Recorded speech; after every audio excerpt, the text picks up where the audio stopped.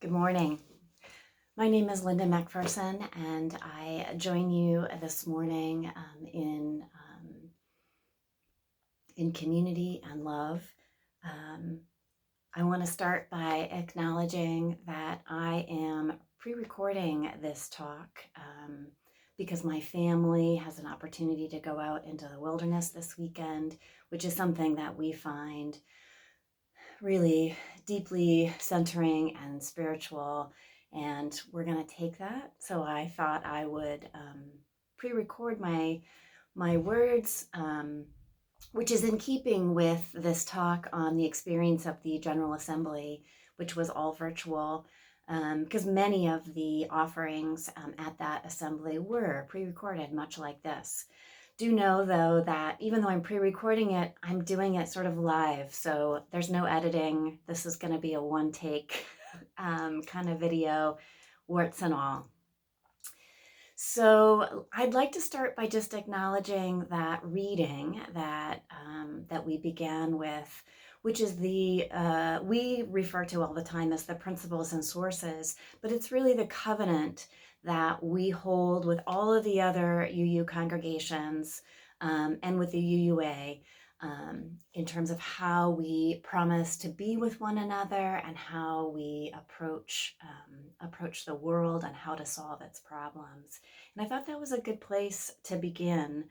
Um, I thought I'd begin also by just sharing a little bit about what I was hoping to get by agreeing to attend the General Assembly as a Wy'east delegate. I had never been to a General Assembly before. This was my first time.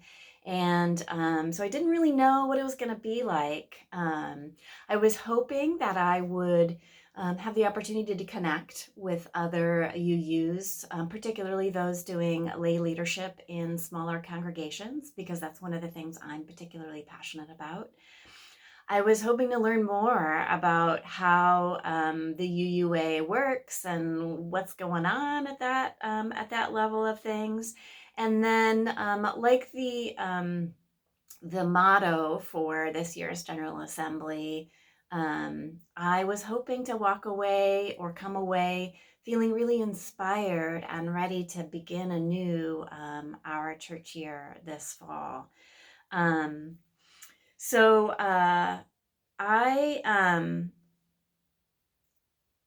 I guess I'll start by saying as far as my first expectation goes, I was really quite saddened that I did not have the experience of getting to connect individually with other UUs, which is probably my single disappointment from the experience.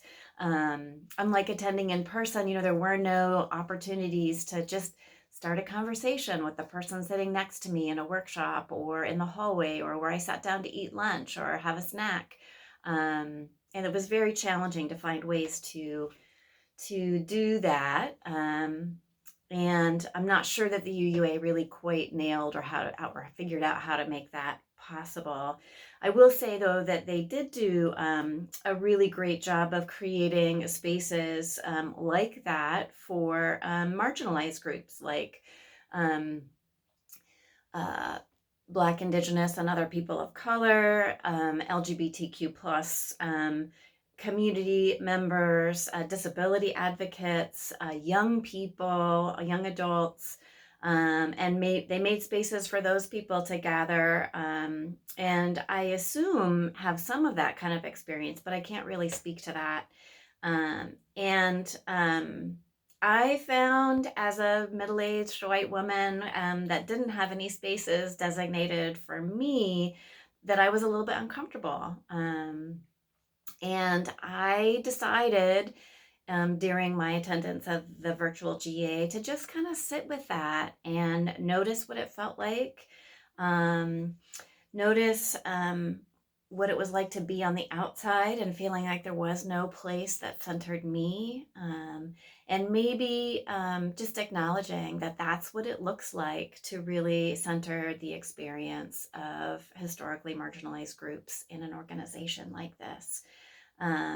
And I'm not entirely sure yet how I feel about that, but I decided to just kind of sit with that discomfort, and I'll leave it there.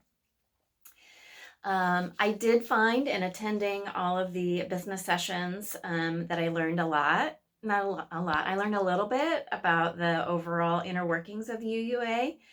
For the most part, the the business sessions were pretty much housekeeping type stuff, much like our own annual meetings. There were some bylaw changes that were tweaked involving the mechanisms for nominating and electing moderators or co-moderators for the board. We adopted a resolution to embody human rights in our investing decisions, as well as taking on several actions of immediate witness and responsive resolutions, both of which are not really binding to the UUA, but are more like statements of values, and reflective of the political climate and uprisings that we are seeing in the world today, as well as the pandemic. And I would note that all of that business, though, was conducted through the lens of really radical attention to inclusion and the hearing of diverse voices. Probably the most interesting business aspect, in my opinion, was a listening session that was moderated by a newly formed Article 2 commission. Article 2 is the section of the UUA bylaws that contain our principles and sources. So this commission was formally called and formed earlier this year, and has been charged with conducting a thorough review of that section of our bylaws. And they're planning to present draft changes to those to be reviewed and debated and voted on as part of the 2022 General Assembly. So the draft is supposed to be proposed by early 2022 and will be up for adoption. That's the plan anyway, at the 2022 General Assembly, which I would note is scheduled to take place in Portland.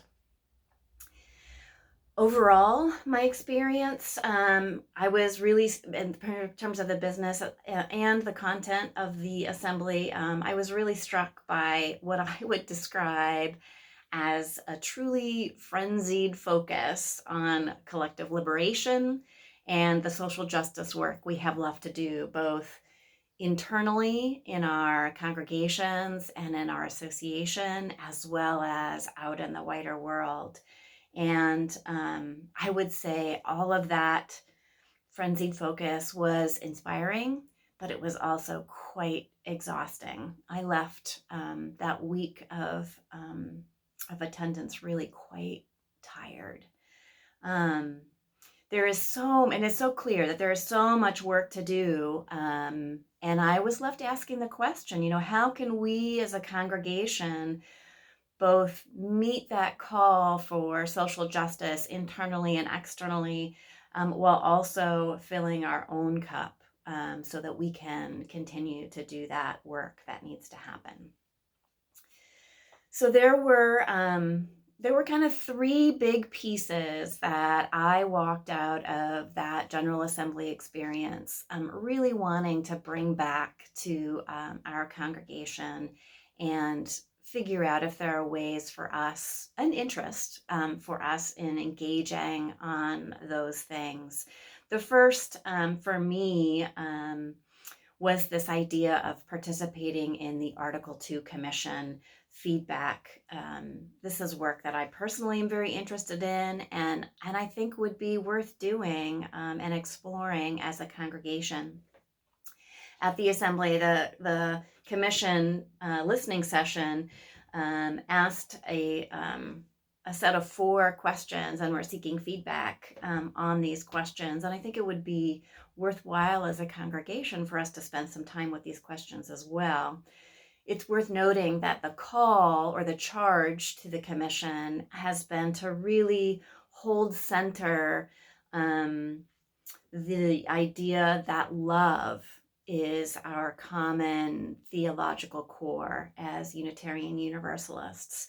But they are encouraging us to consider questions such as, what are the most important values and principles for us as a faith to, and what are our shared theological groundings?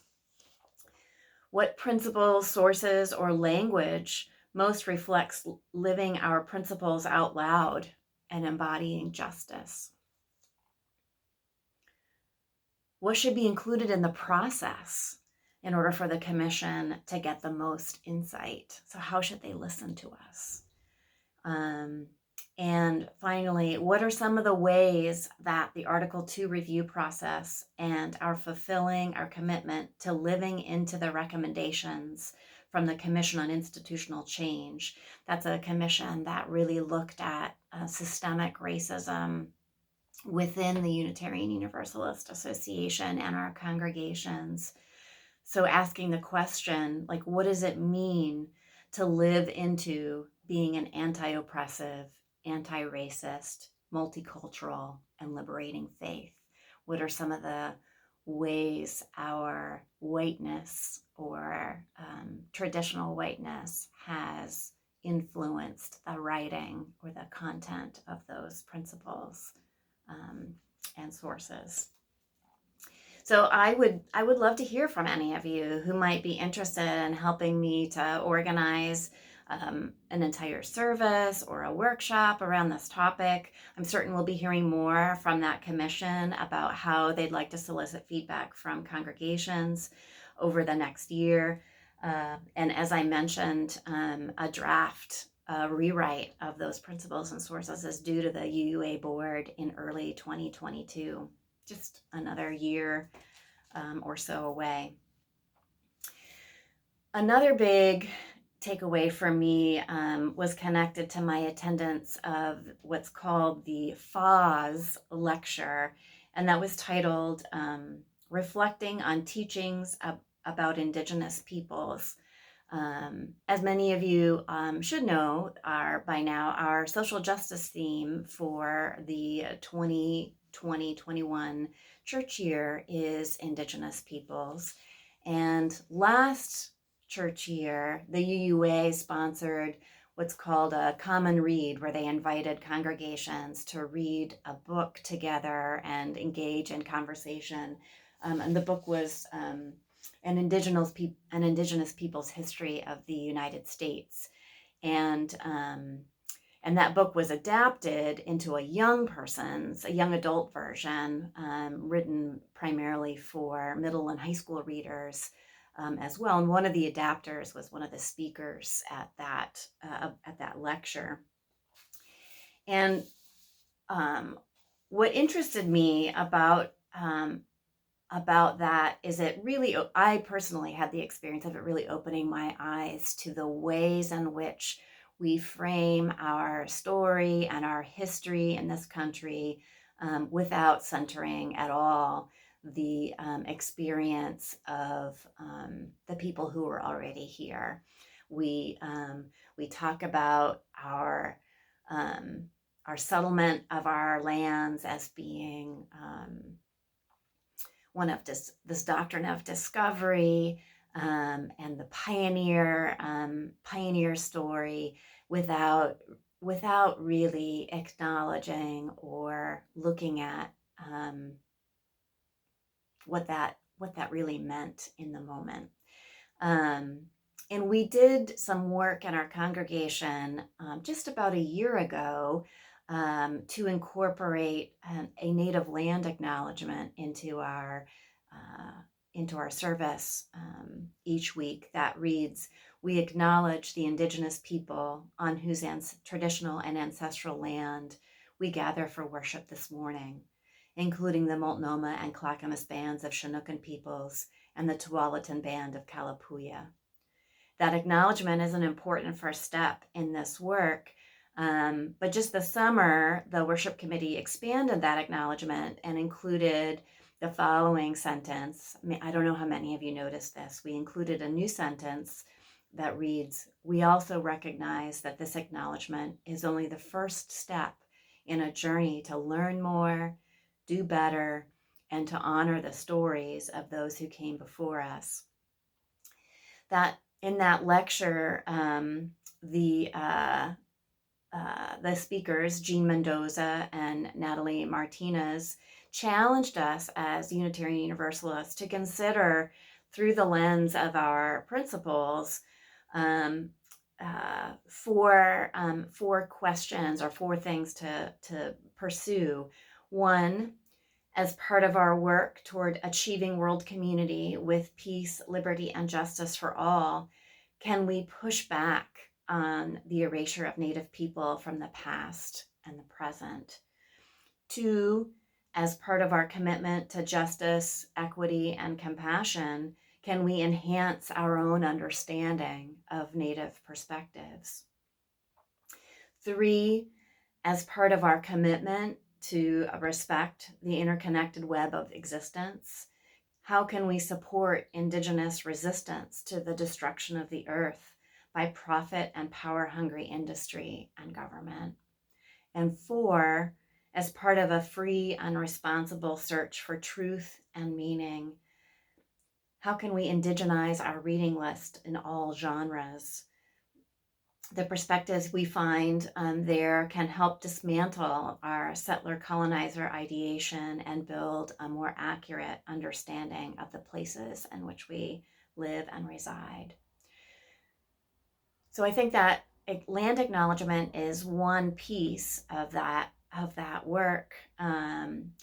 In addition to that, the worship committee has set aside Sunday, October 11th, which is the Sunday that falls closest to Indigenous Peoples Day, as a potential service to look deeper and more at how we tell these stories. And I would invite anyone who might be interested in really engaging on that to reach out to me about participating in that service in some way, whether it's speaking or simply informing what we could do.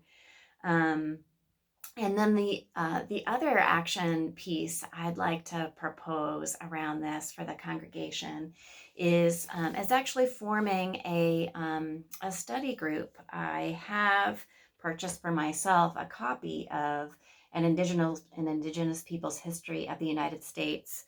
This is the for young people version. I heard that the one for adults is pretty dense and reads a lot like a textbook, which I'm sure we're all capable of getting through, but I think that this is going to be more achievable for those of us with busy lives, and it potentially invites some of our younger members to join the conversation. So I'd be really interested in hearing from anyone who might be interested in joining me on that journey. So all of that said, my third big takeaway from this General Assembly experience was that I attended several workshops that were really focused on the worship experience. And while I think that the social justice work that we do as a congregation is really central to our identities as Unitarian Universalists, I also think it's important to keep in mind the role that our congregation and our worship together do to help each of us individually and collectively to stay centered and grounded in our values and to fill our spiritual cups. I came away from the General Assembly feeling really inspired to pay particular attention to this aspect of our congregational life and to really dig deep and think about the ways we can deepen our covenant with one another and reimagine our rituals in this virtual space.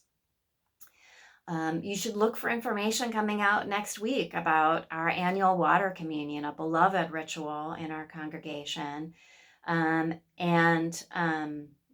the ways in which the worship committee is working to kind of rethink and reimagine how we might do that, and as well as thinking deep about how we all show up for church on Sunday now that we're attending from our homes.